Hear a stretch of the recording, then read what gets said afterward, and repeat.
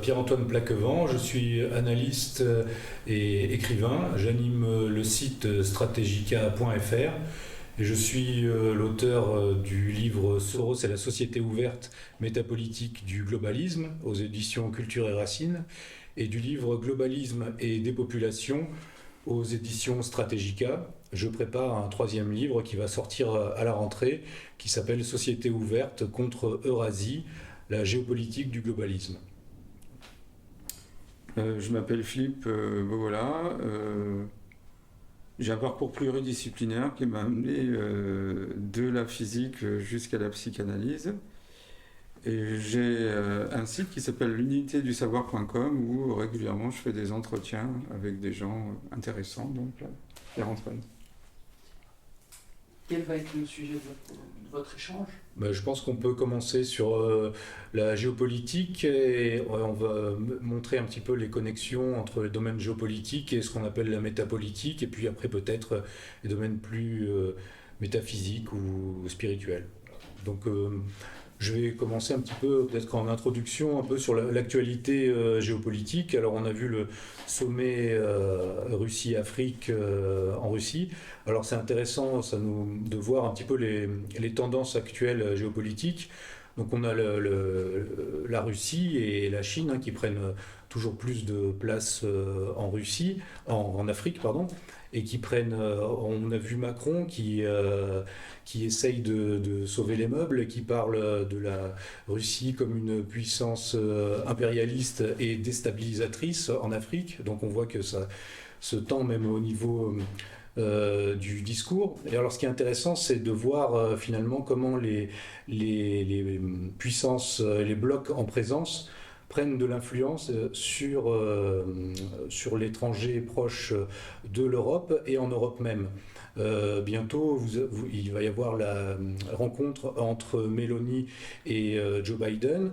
Les Américains proposent à l'Italie justement de servir de plus en plus d'intermédiaires en Afrique et même de développer ce qu'ils appellent l'italosphère, à la fois en Europe et à l'extérieur.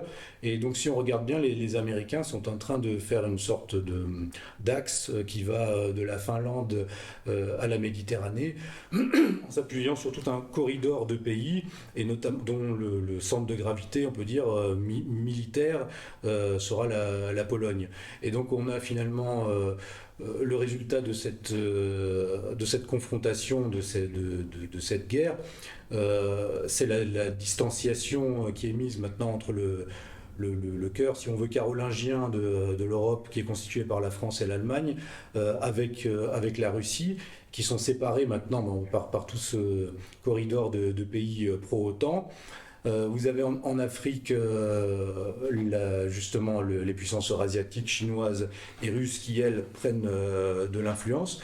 Donc on est un peu dans cette configuration où réellement cela évoque finalement un petit peu les tensions géopolitiques qu'il y avait aussi avant la Seconde Guerre mondiale, notamment en Afrique, où les puissances, on pourrait dire à l'époque, qui contestaient l'ordre géopolitique établi, essayaient aussi de prendre place en Afrique, dans l'étranger proche de l'Europe. Et donc finalement l'Europe est actuellement tiraillée, et de plus en plus elle va être déchiquetée entre cet affrontement planétaire. Donc un affrontement qui, si on se place à une échelle vraiment eurasiatique, à l'échelle de ce que le géopoliticien Mackinder appelait l'île mondiale, c'est-à-dire le continent eurasiatique dans son ensemble et l'Afrique, eh bien vous avez donc cette guerre en Ukraine, qui est finalement la guerre entre la zone, l'espace monde tenu par l'Occident, et puis l'espace monde eurasiatique. Et puis si vous allez à l'extrême-orient de l'Eurasie, là vous avez la tension en Asie du Sud-Est qui monte constamment avec la Chine. Et là aussi, si on regarde bien, avant la Seconde Guerre mondiale, c'était la tension qui montait à l'époque avec la puissance asiatique qui remettait en cause l'ordre géopolitique établi, c'était le Japon, à peu près dans la même zone du monde. Donc finalement, on a des parallèles. Et ces parallèles, pour moi, indiquent une montée en tension qui fait que la différence de scénario avec les guerres mondiales précédentes, eh bien, c'est l'arme atomique qui empêche les belligérants d'aller finalement jusqu'au bout de l'escalade possible.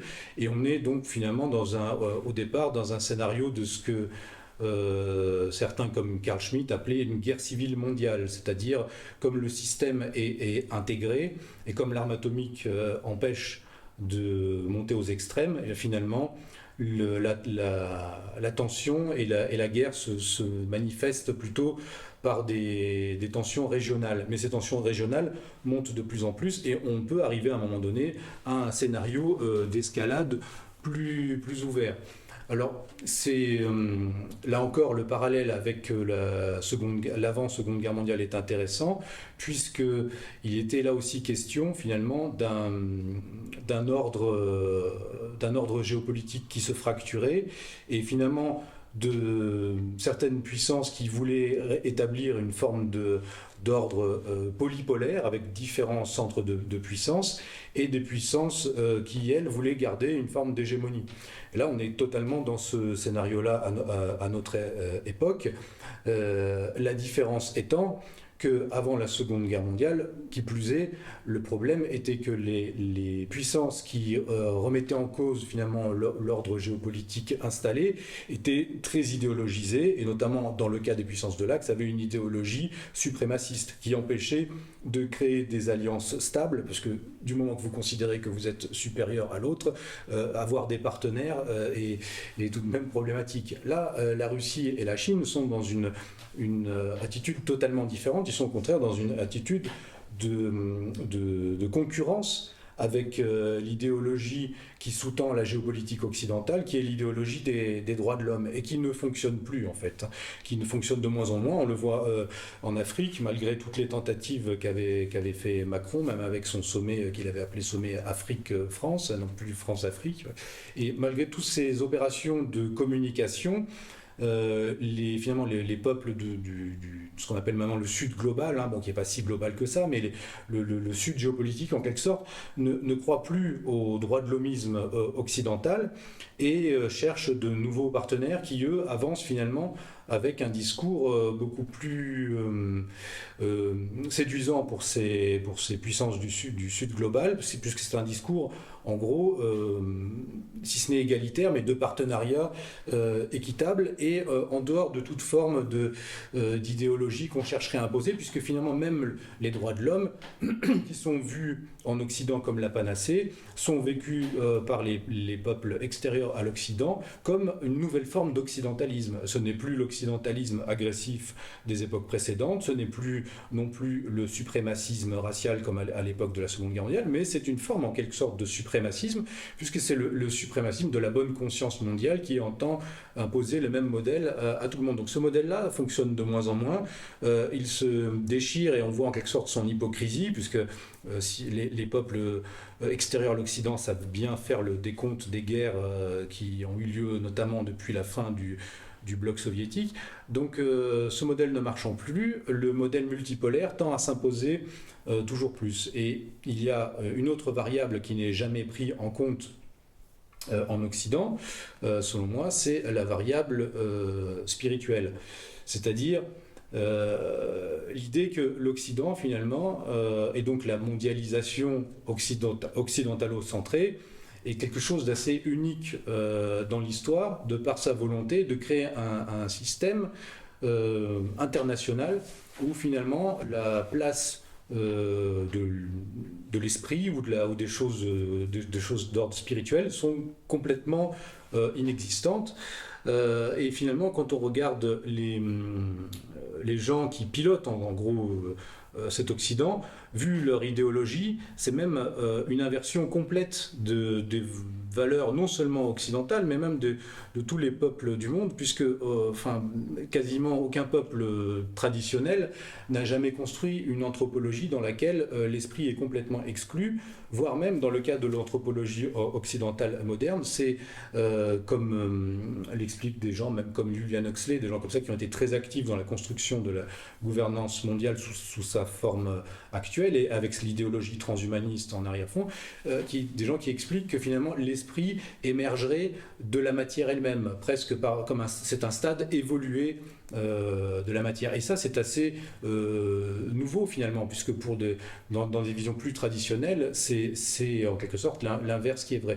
Donc ça nous amène à une autre question qui est au-delà de la géopolitique, la question de la métapolitique, c'est-à-dire l'équivalent de la métaphysique par rapport à la physique, donc des idées qui sous-tendent le politique. Et dans l'idée de multipolarité, il peut y avoir deux formes de multipolarité. Il peut y avoir une forme de multipolarité qui serait juste structurelle, qui est de l'ordre d'organisation de blocs géopolitiques. Et puis il y a la multipolarité qui est là, est vraiment, on pourrait dire, géosophique, qui a un aspect géopolitique et aussi philosophique, qui est qu'est-ce qui va sous-tendre ces différents espaces-mondes et comment réorganiser finalement des formes de relations internationales où des valeurs les valeurs qui fondent les différentes civilisations puissent être respectées par tous, ce qui n'est finalement pas le cas par l'idéologie mondialiste actuelle. Voilà, donc c'est un peu les réflexions. Je voudrais partir de là et peut-être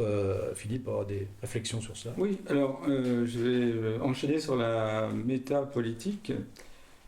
Ce qu'on voit, c'est qu'effectivement, on retrouve un monde bipolaire d'une certaine façon, mais avec des valeurs sociétales complètement différentes. On a d'un côté l'Occident, on pourrait parler d'occidentalisme, c'est Zinoviev qui est le premier à utiliser ce terme, où on a les mouvements LGBTQ, et on voit bien qu'un paramètre important dans l'occidentalisme, c'est de supprimer les frontières. Alors, qu'est-ce que c'est que la métaphysique ? C'est une science qui essaye de comprendre les causes premières et les principes premiers. Et donc, quand on regarde l'histoire ou l'évolution de la vie, la notion de frontière est très importante. Si une cellule n'a pas une frontière, elle ne peut pas vivre. La frontière, c'est ce qui va séparer ce qui est à l'intérieur de la cellule et ce qui est à l'extérieur de la cellule. En biologie, on dit qu'elle est semi-perméable. Et donc, cette notion de frontière, elle n'a fait qu'être attaquée. La frontière qui va séparer un pays d'un autre pays. Et on voit bien qu'on a miné la notion de patriotisme. Comme disait le général de Gaulle, le patriote aime son pays, le nationaliste déteste les autres pays. Et il fallait s'attaquer à l'ultime frontière, celle qui sépare le masculin du féminin. Alors dans les fondements anthropologiques, effectivement, les sociétés qu'on a appelées primitives au départ, maintenant on parle de sociétés racines premières, il y a toujours dans ces sociétés une polarité entre le masculin et le féminin. Et donc, c'est ce qui assure une cohésion de société. Alors, autrefois, on avait une bipolarité qui était basée sur capitalisme, communisme. Maintenant, on a presque une bipolarité qui va être basée sur des luttes qu'on pourrait appeler multipolaires et surtout la conception du masculin et du féminin. Et on voit bien la difficulté qu'ont les globalistes actuellement de diffuser leurs idées dans les pays arabes ou dans les pays africains où ces frontières entre le masculin et le féminin sont encore très présentes. Alors effectivement, ça fait partie des facteurs qui interviennent dans l'effondrement des sociétés complexes.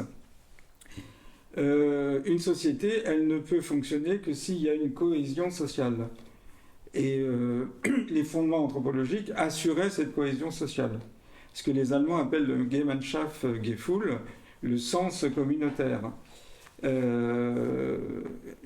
une autre analogie, Georges Simmel disait qu'une société doit allier ce qu'il appelait le pont, c'est la collectivité, et la porte, c'est le privé. Et on voit bien que cette frontière, elle ne fait que reculer, puisque la prochaine étape, c'est vraiment l'intrusion dans nos corps. On parle après le téléphone portable, il y aura les puces, ou même les caméras à reconnaissance faciale que certains rêvent de voir dans les foyers. Donc on rencontre là l'obsession, les variables cachées de l'occidentalisme, qui est le contrôle absolu et la traçabilité. Alors, quand on regarde, par exemple, la physique classique, il y avait un rêve de tout pouvoir calculer. C'est le déterminisme absolu. Et donc, il y avait un problème, puisque l'homme, par définition, n'est pas calculable, n'est pas quantifiable. Et William Blake, qui est un graveur et poète anglais, s'en était déjà rendu compte à l'époque de Newton, puisqu'il a eu cette formule assez étonnante. Dieu nous protège du sommeil de Newton et de la pensée unique. Le sommeil de Newton, c'était cette espèce d'obsession de tout calculer, de tout quantifier. Et la pensée unique, il avait déjà compris que la science, parce qu'elle avait cette calculabilité, cette capacité de quantifier, allait prendre le dessus sur les sciences humaines et sur les humanités. Alors, Martin Heidegger l'avait compris, parce qu'il disait que la pensée calculante a remplacé la pensée méditante. Donc, une société, elle doit avoir un équilibre entre la sphère privée et la sphère publique. Et c'est ça que l'occidentalisme ne veut pas mettre en avant. C'est assez curieux parce que, en l'état actuel de nos connaissances, on a deux physiques complémentaires. La physique classique est une physique déterministe et la physique quantique est une physique probabiliste, stochastique, aléatoire. Et donc, l'occidentalisme, le globalisme utilise les technologies basées sur la physique quantique pour avoir un déterminisme absolu. Alors effectivement, on voit bien que dans l'agenda 2030 du Forum économique mondial, le deuxième point, c'est qu'il n'y a plus de culture souveraine, mais une multiplicité de gouvernance, une gouvernance multiple, une multipolarité. Alors, ce qu'on vit, c'est vraiment une transition de phase. Alors, qu'est-ce qu'on appelle une transition de phase? Si vous prenez de l'eau, tout le monde sait qu'à 0 degré, l'eau se transforme en glace. Et au-delà de 100 degrés, supérieur ou égal à 100 degrés, elle passe à l'état de vapeur. Et qu'est-ce qui se passe? C'est l'interaction des molécules qui change. Dans l'eau, les molécules établissent entre elles des interactions par paquets, on appelle ça des clusters. À l'état de gaz, les molécules sont quasiment isolées, et à l'état solide, les molécules ont perdu un degré de liberté. Donc le passage de la glace à la vapeur, c'est une perte de degré de liberté. Et on voit bien que ce qu'on veut nous imposer, c'est une perte d'individualité, de degré de liberté. Et en ce sens, c'est une transition de phase. Le grand reset, finalement, serait une transition de phase où les rapports interindividuels et collectifs seraient complètement changés. Et la guerre de l'Ukraine est un prétexte pour mettre en place ça. D'ailleurs, la fille de Klaus Schwab a annoncé que finalement, peu importe que le réchauffement climatique soit vrai ou pas, ce qui compte, c'est qu'on puisse avoir l'opportunité, la fenêtre d'opportunité pour pouvoir changer le rapport entre les sociétés. Et c'est ça qui se passe, c'est-à-dire que dans les transitions de phase, l'interaction entre les atomes ou les molécules change, et là on est en train de changer l'interaction entre les... Oui. Entre les sociétaires, en fait, entre les... Voilà, et on retrouve le vieux débat marxiste, est-ce que l'existence... précède l'essence ou l'essence précède l'existence? Est-ce que l'esprit précède la matière ou de la matière naît l'esprit? Et donc, dans la vision de l'occidentalisme, on est à fond dans l'hypermatérialité. Et donc, on considère que, par exemple, l'interaction des neurones, les réseaux neuronaux, font émerger l'esprit. Et donc, on est persuadé que ce qu'on appelle l'esprit, certains iront jusqu'à l'âme, vient de l'interaction entre la matière avec elle-même. On considère que l'esprit, la vie, l'âme sont des sous-produits accidentels de réarrangement complexe de phénomènes matériels. Mais comment... est-ce que, selon vous, est-ce qu'il y a en quelque sorte tout de même une forme d'idéologie cachée pour les élites, ou est-ce qu'elles croient réellement à cette chose-là, ou est-ce qu'elles ont une forme pour elles de gnose, en quelque sorte, qu'elle se garderait? Et parce que ça paraît étonnant d'arriver quand même à croire ça de manière... c'est une idéologie. La science est devenue la religion de la fin des temps, et on est à fond dans le matérialisme. C'est aussi un thème métaphysique, le rapport de la matière et de l'esprit. Alors je pense qu'il y a une idéologie des élites financières, ou ce qu'on appelle aussi le gouvernement profond. Mais il y a beaucoup de gens qui sont victimes de cette idéologie, c'est-à-dire considérer que tout est matériel. Alors on va simplement illustrer ça par un chiffre. Un atome est vide à 99,9 999 999 999%. Derrière la virgule, il y a 99. Il y en a qui sont un peu plus modestes, 6, 9, mais peu importe. Ce qu'on appelle le matérialisme, c'est 0, et derrière la virgule, il y a 6 ou 9 0, puis 1. Donc est-ce vraiment raisonnable de tout ramener à la matière? Alors ce qui est intéressant, il faut un regard pluridisciplinaire. Quand on regarde ce que nous disent les astrophysiciens, ils nous disent que pour une particule comme un proton, alors la proton c'est une particule qu'on trouve dans le noyau d'un atome. Alors c'est quoi un atome? On peut donner cette image fausse, mais qui a été le départ d'une réflexion sur le modèle atomique. L'atome est un mini-système solaire. Au centre de l'atome, vous avez un soleil intra-atomique qui est fait de 2 particules, les protons qui sont chargés positivement, les neutrons, et autour de ce noyau ou de ce soleil intra-atomique gravite ce qui serait l'équivalent d'une planète, toujours la même, la Terre par exemple, l'électron. Et donc pour un proton, il y a 1 milliard de particules lumineuses. Alors quand on parle d'une lumière décrite quantiquement, on parle de photons. Parce que la description que peut faire de la lumière la physique classique est un peu différente de la description que peut faire la physique quantique de la lumière. Donc pour un proton, il y a 1 milliard de photons. Donc on voit bien que déjà sur Terre, il y a une espèce d'aveuglement idéologique qui a eu tendance à glorifier la matière au détriment de la lumière, du vibratoire, de l'onde. Alors, si on réfléchit, notre cerveau, il est vide à 99,9 999%. Et ça me fait rire parce que ma grand-mère me disait toujours, dans ma jeunesse, j'ai rien dans la tête. Elle savait pas qu'elle avait énoncé une loi quantique. Alors, tout est faux dans notre idéologie occidentalisme. On considère que seule la matière compte, la vibration est négligeable, la frontière n'est plus de mise, il faut aller vers une fusion-confusion.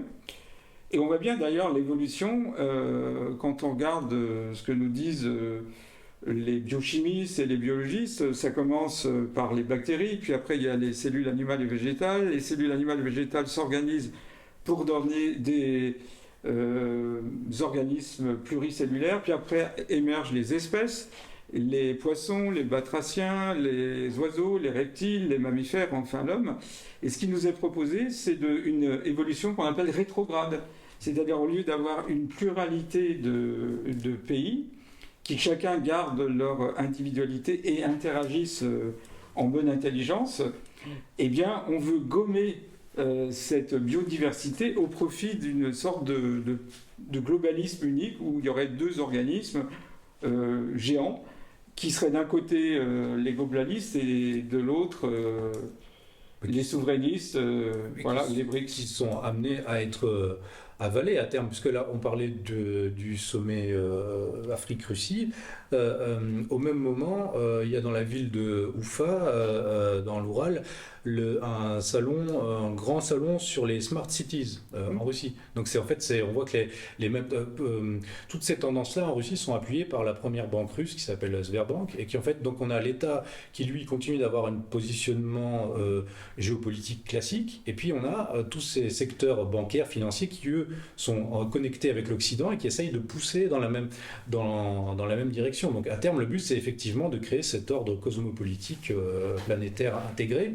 Et effectivement, moi je vois dans le cosmopolitisme, c'est toujours cette même idée de faire l'unité du genre humain par l'extérieur. C'est-à-dire, alors que les points communs qu'on peut trouver finalement dans les cultures, c'est en s'intéressant réellement en profondeur à l'anthropologie de chaque culture. Et là, on peut trouver des points de connexion. Mais cette idée de faire une structure qui va rendre les choses uniques, forcément, ça ne peut que déboucher sur le totalitarisme, ou sur la contrainte, ou sur l'abrutissement, ou un mélange des trois. Mais sur ce que vous avez dit, ce qui me surprend toujours, c'est l'obstination donc de ces élites matérialistes, alors même que tous les moyens donc sont mis vers le matérialisme. Au bout d'un moment, c'est par la physique, par exemple, on arrive à la conclusion qu'il y a bien la présence d'autre chose que la matière, mais on n'en tire pas les conséquences. C'est ça que je n'arrive pas à m'expliquer. Si on parle de métapolitique, la métapolitique des élites est basée sur la physique classique et non pas sur la physique quantique, même s'ils ils utilisent les technologies basées sur la physique quantique pour arriver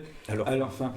Alors, ce qui est Arnold Toynbee, qui est un grand historien anglais, disait que chaque civilisation a une espèce d'obsession cachée. Rome a voulu conquérir l'espace. Je crois que l'occidentalisme, c'est vraiment le contrôle absolu des individus jusqu'à contrôler leur âme, leur esprit, leur pensée, leur intelligence. Et donc, on a réussi à contrôler leurs pensées, pense-t-il. On a contrôlé leur vision. Il faudrait contrôler l'espace de déplacement, ce qu'on appelle la kinésphère, en termes un petit peu plus savants. Et c'est pour ça qu'on a des villes 15 minutes, les Smart Cities. Oui. Mais quand on regarde le projet, il est non viable. C'est-à-dire, on va prendre quelques exemples. L'uniformisation. En physique, même en physique classique, quand vous avez une source chaude et une source froide, au bout d'un certain temps, il y a un équilibre thermique qui s'établit. La source chaude a donné généreusement sa température à la source froide, et les deux sources ont la même température. Et ça prend un certain temps, et ça définit une flèche du temps, qu'on appelle la flèche du temps thermodynamique. Mais une fois que les deux sources sont sur la même température, qu'est-ce qui se passe? Le système est mort, il n'y a plus d'échange thermique. D'ailleurs, à vouloir supprimer les classes sociales, il n'y a plus de lutte des classes. Donc c'est la fin de l'histoire. C'est un peu caché le fantasme des communistes qui voulaient supprimer l'évolution de l'histoire, contrairement à ce que pensait Hegel, qui lui considérait qu'il y avait une main invisible théiste qui présidait au destin du monde. Eux, ils considèrent qu'il faut arrêter l'histoire, puisque l'histoire arrêtée fait leur pouvoir. Ensuite, ce qu'on constate, c'est qu'ils gomment la biodiversité. Et donc, il y a deux types d'uniformisation. Il y a une uniformisation qui ne tient pas compte des particularités. Donc, le terme d'uniformisation est impropre. C'est un mot manipulateur. Et puis, il y a l'unité qui est la somme des complémentarités. Et dans les différentes façons d'envisager l'art de vivre ensemble, il y a aussi le fait qu'on croit à l'esprit, on croit à la spiritualité, et on n'est pas dans une vision où tout ça est écarté. Oui. Voilà. Alors il faut distinguer la mondialité qui pourrait tenir compte des particularités, oui, et de la mondialisation qui est en fin de compte du copier-coller. Et puis quand vous faites ça, c'est la vision qu'a l'Occident, c'est une sorte de vision de mort. Dans une approche freudienne, on dirait que l'occidentalisme est plus basé sur les pulsions de mort, Thanatos, que sur les pulsions de vie. Voilà. Et donc on essaye d'avoir une bipolarité qui est basée sur présence ou pas de spiritualité, disparition ou pas des polarités principales masculin-féminin, et puis après on verra comment ça s'organise dans les différents blocs.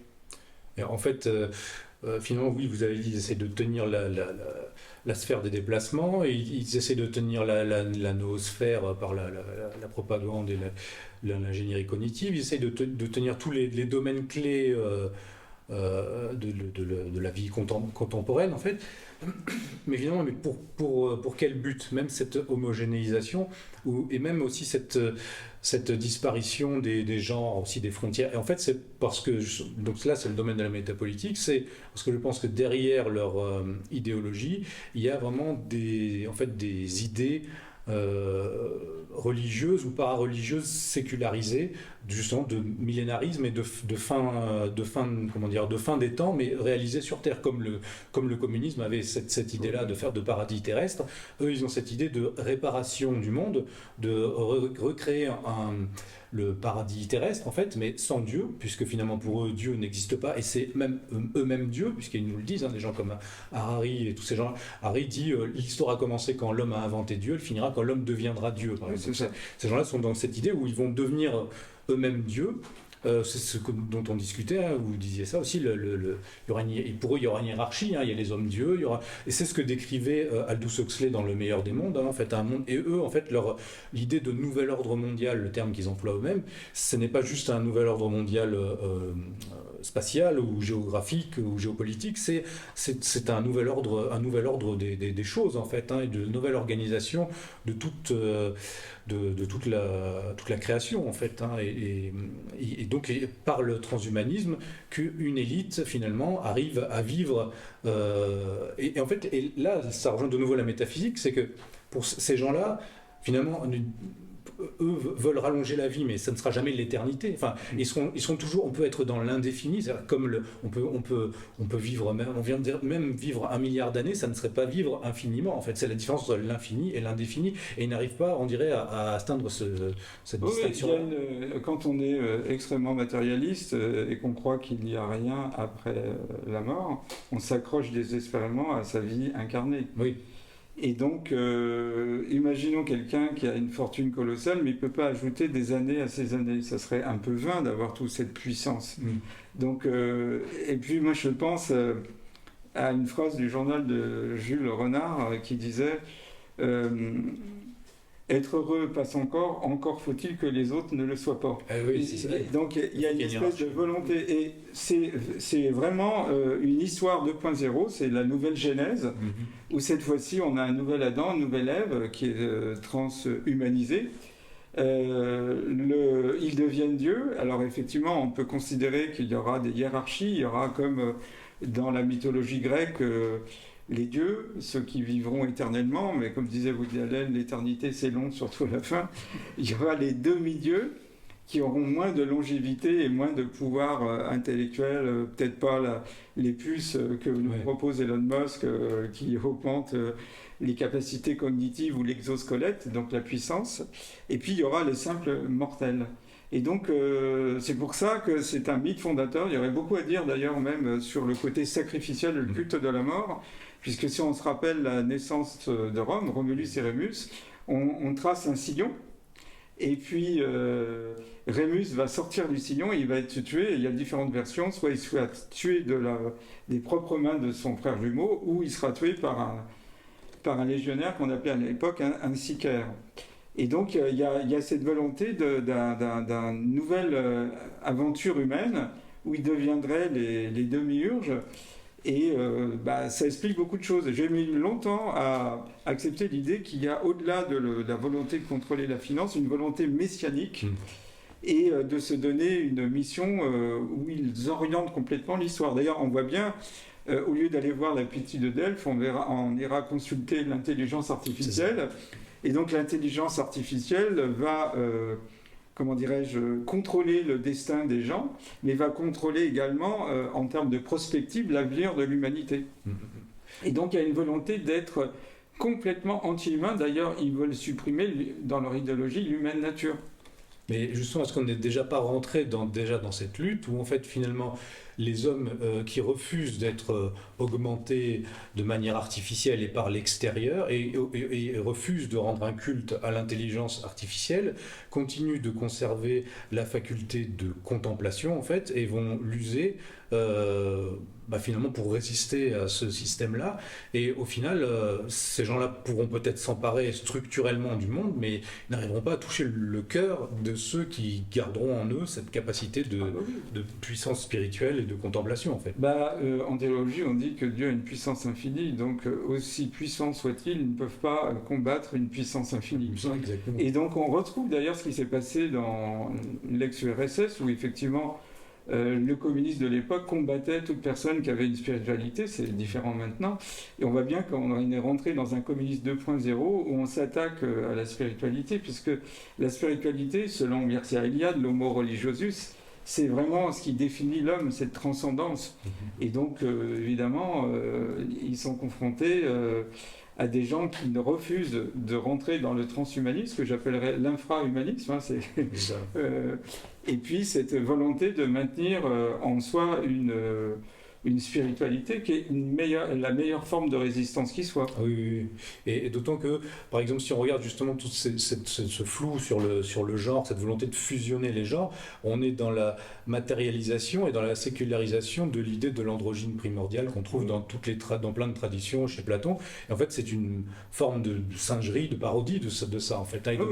Toujours pareil, de cette idée de le faire de manière matérialiste, en fait. Hein. Donc, c'est l'homme primordial à l'envers, en fait. C'est même l'inverse du mythe qu'on trouve chez Platon, parce que Platon dit qu'autrefois, il y avait des hommes qui avaient 2 têtes, 4 bras, 2 jambes, qui avaient un sexe masculin et féminin, et ils ont voulu rivaliser avec les dieux, et les dieux ont décidé de les couper en 2. Et donc il y a eu, du fait de cette coupure, des hommes et des femmes, et depuis ils essaient de se réunifier, parce qu'ils ont la nostalgie de l'être unique qu'ils étaient. C'est un peu l'inverse qu'ils font. Et donc la règle d'or, ça avait déjà été pointé du doigt chez Hannah Arendt, c'est que tout est inversé. Ouais.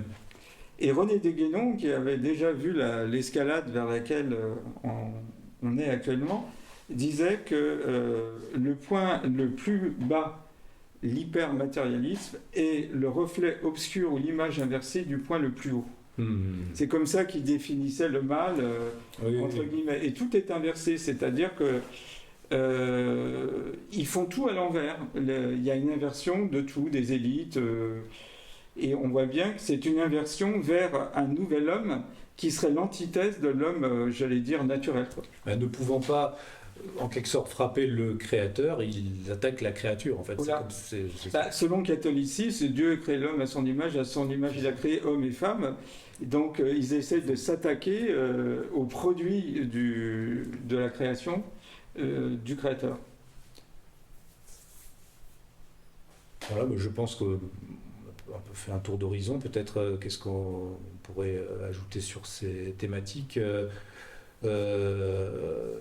sur l'après. Donc vous avez parlé de transition, de phase de transition, de passage d'un état à un autre. Est-ce que cet état est-ce qu'on peut passer d'un état finalement négatif à un état positif? Est-ce que ça peut être une transition vers quelque chose de mieux finalement? Déjà, en parlant avec des gens comme vous, j'ai constaté que la plupart des gens ont augmenté leur compréhension du monde. Donc déjà, c'est un bienfait. Il y a des tas de gens qui ont commencé à comprendre les sous-bassements du monde, le dessous des cartes comme on dit, et ils se sont eux-mêmes informés. Donc déjà, il y a une montée de compréhension, une montée de conscience. Maintenant, il faut aller un petit peu plus loin. Le philosophe Mène de Buran disait « La maladie nous fait rentrer à l'intérieur de chez nous, la bonne santé nous amène à sortir de chez soi. » Donc je pense qu'on est actuellement dans le temps des révélations. C'est pour ça que je considère que beaucoup d'analystes sont des révélationnaires. Maintenant, il faut rentrer dans un principe de résistance et on va rentrer à l'intérieur de chez nous. Et je trouve que se connecter avec cette dimension spirituelle, c'est la meilleure forme de résistance qui soit. Puisque, effectivement, selon l'art de la guerre de Sun Tzu, ils sont très forts au niveau matériel, c'est leur atout, donc il ne faut pas aller dans leur côté maîtrisé, mais par contre, il faut aller là où ils ont une incomplétude, un manque et un vide, c'est le côté spirituel. Et concrètement, si on regarde même au niveau de l'organisation, c'est comme ça que fonctionnaient les premiers chrétiens, en quelque sorte. Oui. Face à l'Empire, eh bien, ils vivaient, l'Ecclésia, des premiers temps, fonctionnait comme une forme de société parallèle étendue à l'échelle de l'Empire romain et qui essayait et qui, à la fin, a fini par transformer de l'intérieur l'Empire. Tout à fait. Alors, ce qui est intéressant, quand j'ai fait l'inventaire des causes qui amènent une civilisation à chuter, il y a eu des tas de commentaires. Il y a souvent la corruption des élites, on est en plein dedans. Et puis, il y a des facteurs mystiques qui interviennent, comme ça a été le cas de l'Empire romain, puisque on est passé du paganisme à la chrétienté. Les gens sont symboliquement rentrés à l'intérieur de chez eux. Ils se sont réunis dans les catacombes. Et c'est un peu ce qui est amené à faire. Je crois que un citoyen, c'est un sujet informé. Un super citoyen à venir, ça sera un sujet informé et spirituel. Très bien. Je pense qu'on peut conclure là-dessus. Et merci. Merci pour la qualité de l'échange. Merci à vous. Merci.